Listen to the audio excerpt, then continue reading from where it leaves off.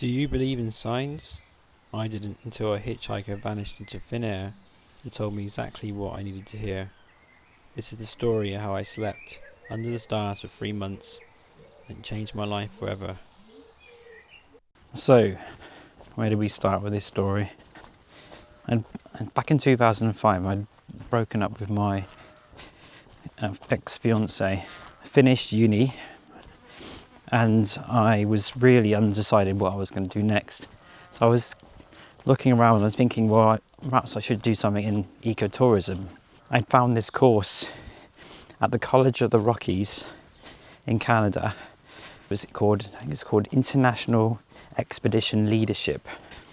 Guide people through the wilderness, basically. I was really undecided what to do.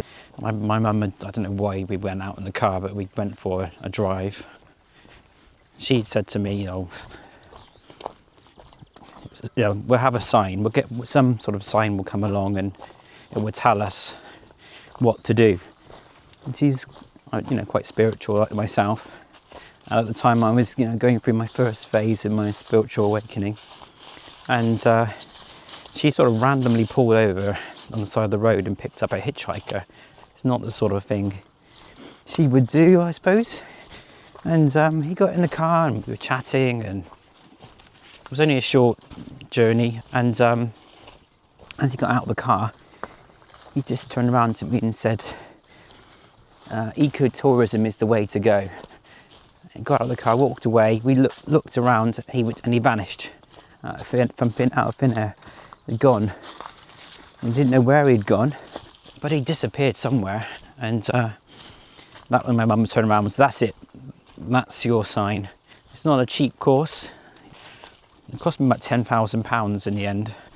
This is like 20 years ago. I set off on this trek. I got accepted onto the course.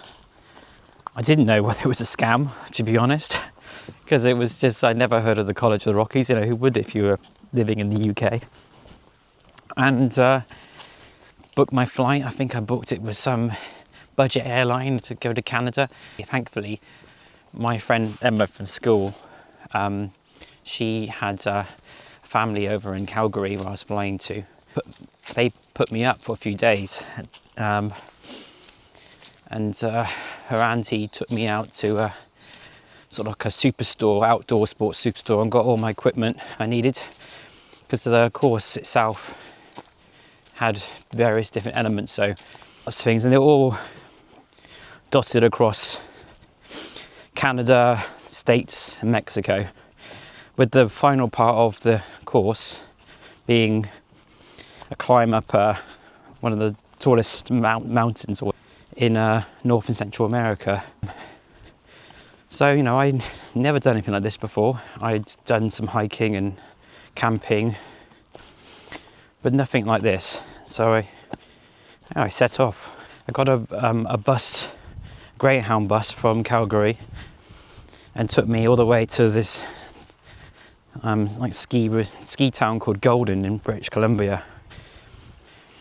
I booked a hostel in Golden, best part of 4 weeks, because we had to do a lot of training before we could leave on our road trip. And the first person I met was this girl called Melissa, who was on the course, and we instantly connected. I think the people we met the following day thought we'd known each other for years. We had our first day, got to meet the other people on the course. The 6 of us. It was myself, Melissa, British guy called Henry, who actually lived in Canada, a chap called Brad, a girl called Rachel, who was the youngest on the course. He was only 18, and then a chap called Brian. Our instructor was a chap called Dwayne Vogel, his name was. He was our teacher, essentially. And when we set off on that journey, the first part of the course was that we drove to Vancouver Island, and we basically rented out all these sea kayaks. We took all our water, all our food for a whole week, and we would just sea kayak from one island to another. It's probably my favourite part of the course. It was, beautiful, still waters. We'd sleep on the beaches of these islands with loads of temperate rainforest. Incredible. The stars. The stars were just unbelievable because we were, 100 miles away from any kind of civilization. We didn't actually see any human other than our little Core 7 for a whole week. Not even a boat. Just us and our sea kayaks. And they're quite big, long boats, and we learnt how to capsize them and roll them, although I couldn't do that. It's quite a feat to do that. We sort of surfed in them. We would have our campfire on the beach, and we would just sit there for hours gazing at the stars. The whole sky was lit up, and when you looked up, you felt like you were on another world. It was amazing. But I had an incredible connection to it. Set off again to trying to think what we did next. I think we were doing mountain biking for a week at Moab. Mountain biking isn't really my thing. I enjoy it, but I'm not particularly the most coordinated person in the world, I'd say that. And this course definitely showed that. So on the first day, I was meant to be the leader, so I had to sort of lead the group on my mountain bike. Of course, I was a bit nervous. I braked on some loose gravel, came flying off my bike, and landed on a really sharp stone. Went right into my kneecap. Quite the hole in my knee.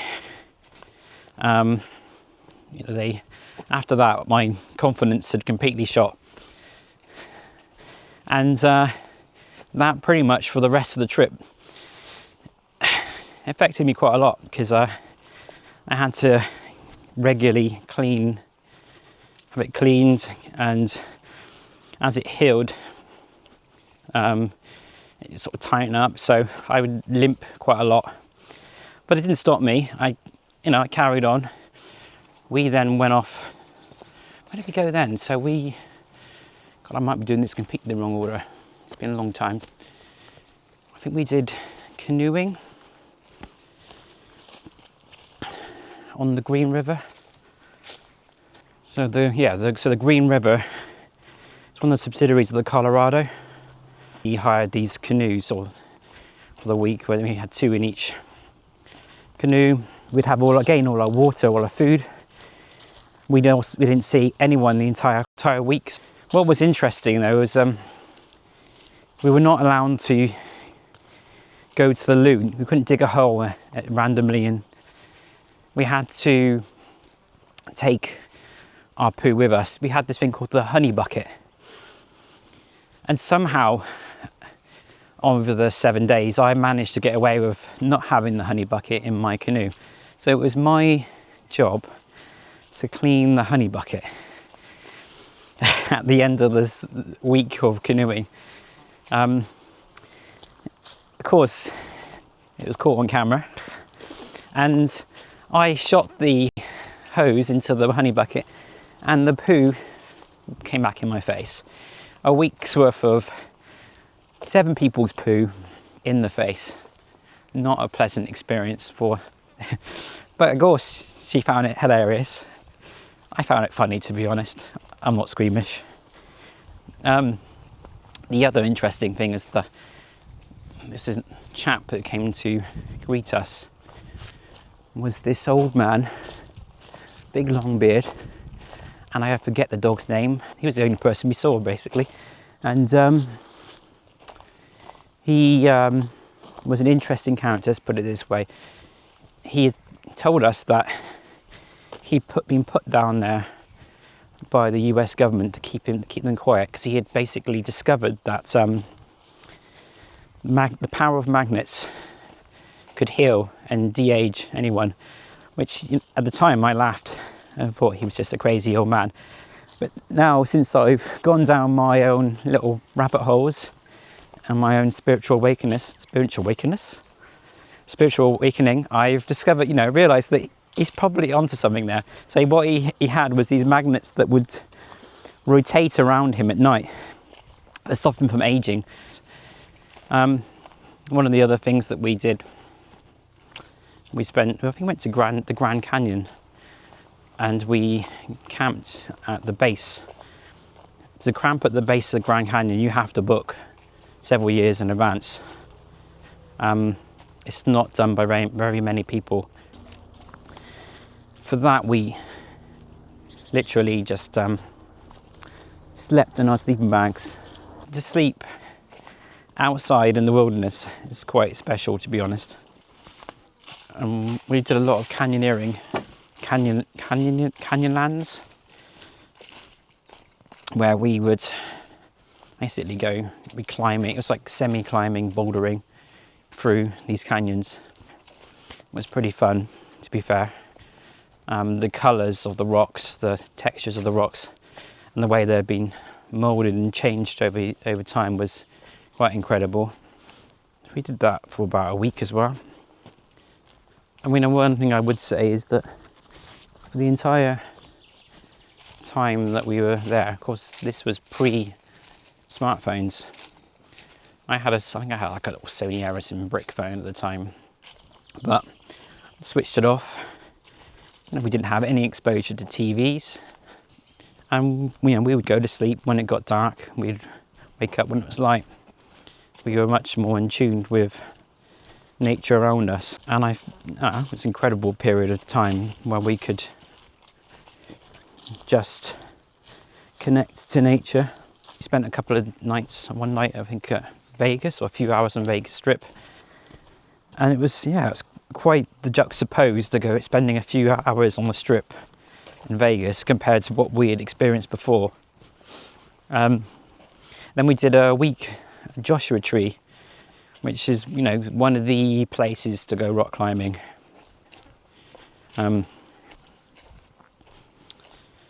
What was interesting, that was while we were there, there were like these big boulders basically in the middle of the desert, surrounded by these Joshua trees, and we would climb some of these routes, and we'd have a manual or guide.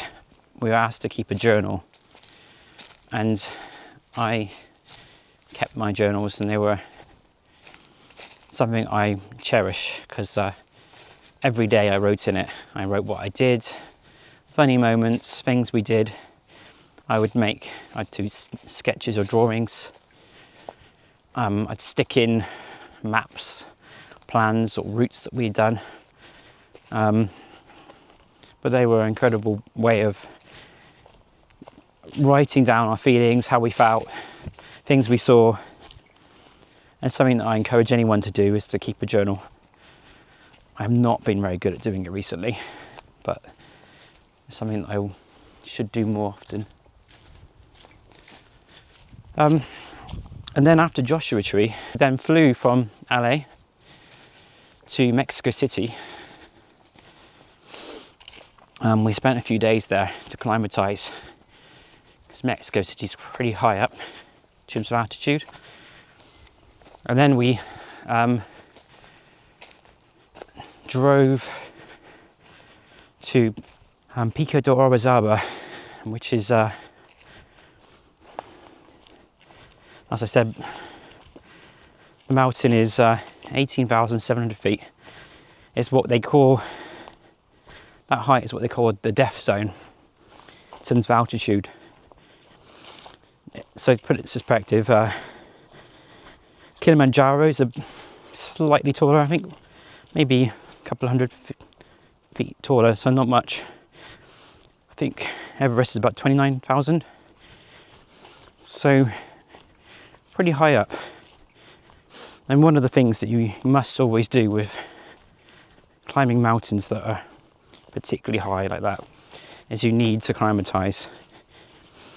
So we, as usual, we spent a week basically hiking up the mountain.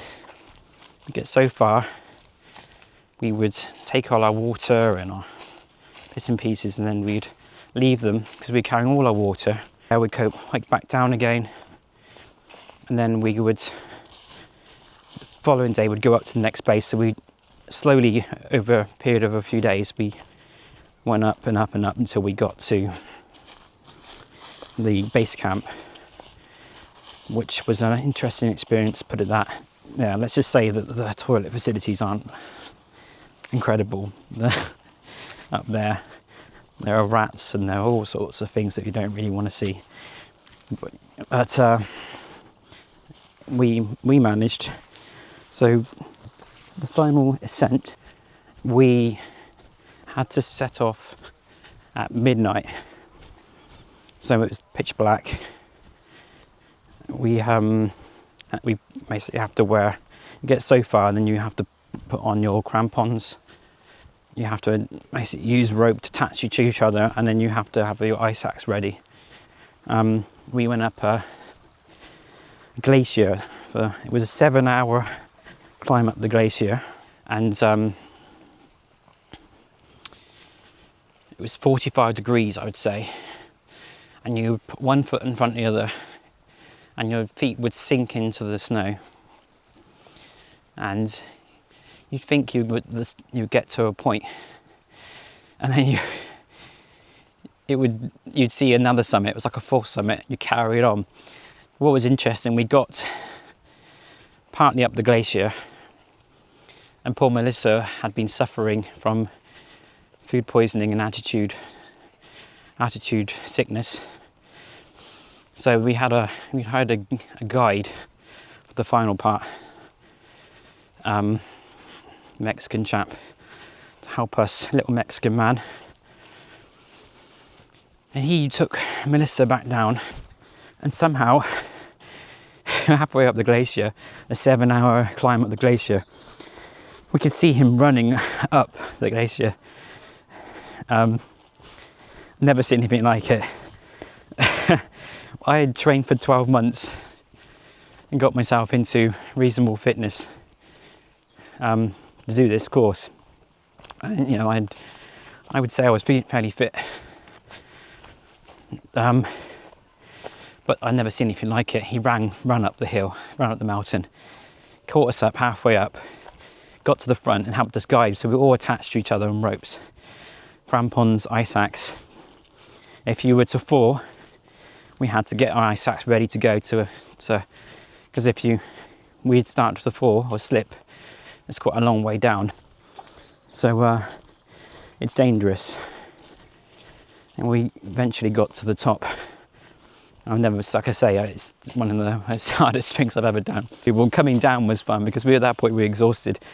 And the issue was you had to try to dress accordingly. And I got way too hot on the way down, to the point where I thought I was going to pass out, and I couldn't take clothes off because I had all the gear on.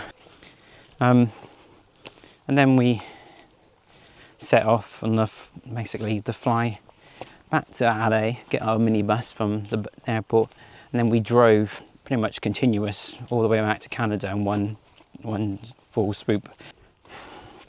So yeah, we then went off skiing, 5 of us, and partying and went our separate ways back to the UK. I think it has such an impact on me. I was such a different person. It was an incredible experience, one that I never regret, and all because a random stranger gave me a sign. So I highly recommend asking the people upstairs or angels or wherever you believe. If you want to make a decision on something, ask for a sign and they will provide.